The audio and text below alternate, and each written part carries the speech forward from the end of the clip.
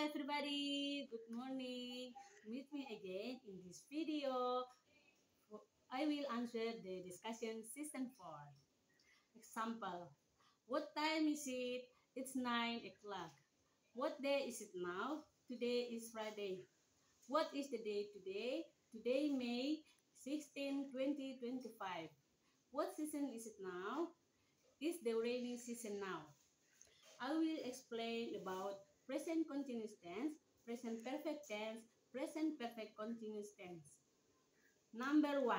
Present continuous tense, affirmative sentence, I am playing the piano now. Negative sentence, she is not sleeping. Question sentence, are they watching TV?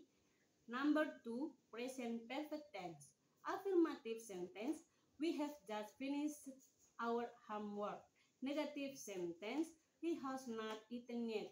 Question sentence, have you traveled to Bali before? Number 3.